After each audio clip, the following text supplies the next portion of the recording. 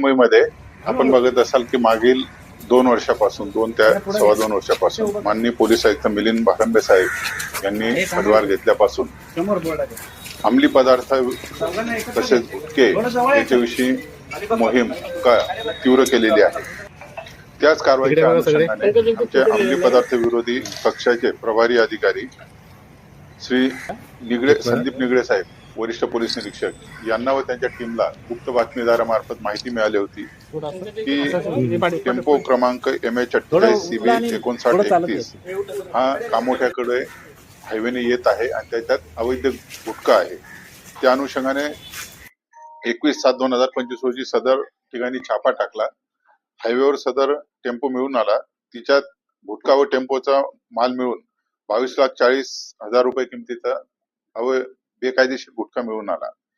सदर इसमावर कामोठे पोलीस स्टेशनला गुन्हा दाखल केला, त्यास अटक केली। त्याचे नाव फरहान शेख असे आहे। त्याला विश्वासात घेऊन विचारपूस केली, त्याचा पोलीस कस्टडी रिमांड घेतला। त्या दरम्यान त्याला पुन्हा विचारपूस केल्यावर त्याने भिवंडी मध्ये एका ठिकाणी त्याला तो टेम्पो माल मिळाला होता, तो ट्रक मधून अनलोड करून ते देतात असं सांगितलं होतं। त्या पॉइंट वरची माहिती काढून त्या ठिकाणी छापा टाकला। आमचे जवळपास 4 अधिकारी आणि 20 अंमलदार असे पथक आम्ही पाठवले। त्या ठिकाणी आम्हाला सदर आरोपीच्या सांगितल्याप्रमाणे 4 आयशर टेम्पो मोठे ट्रक त्या ठिकाणी कंटेनर मिळून आले। सदर कंटेनर मध्ये एकूण 2,72,00,000चा गुटखा मिळाला। त्यात वाहनांची किंमत 1 कोटीच्या जवळपास आहे, म्हणजे 1,1.5 कोटीच्या वर गुटखाची किंमत आहे। असे मिळून आलेले आहे। सदर गुटखा मोठ्या प्रमाणात ताब्यात घेतलेला आहे। हा गुटखा मुंबई, नवी मुंबई, ठाणे अशा मोठ्या शहरात विक्री होण्याकरता आलेला होता आणि कॉलेज किंवा तरुण वर्गांपर्यंत हा गुटखा पोहोचू नये म्हणून आम्ही तो पहिलेच ताब्यात घेतला आणि जप्त केलेला आहे।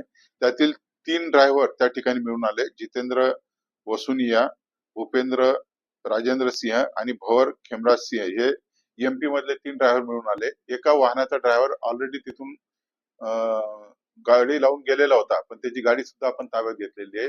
आता हे 4ही वाहनं ज्या ठिकाणाहून आलेले होते त्याबाबत आपण सखोल तपास करत आहे।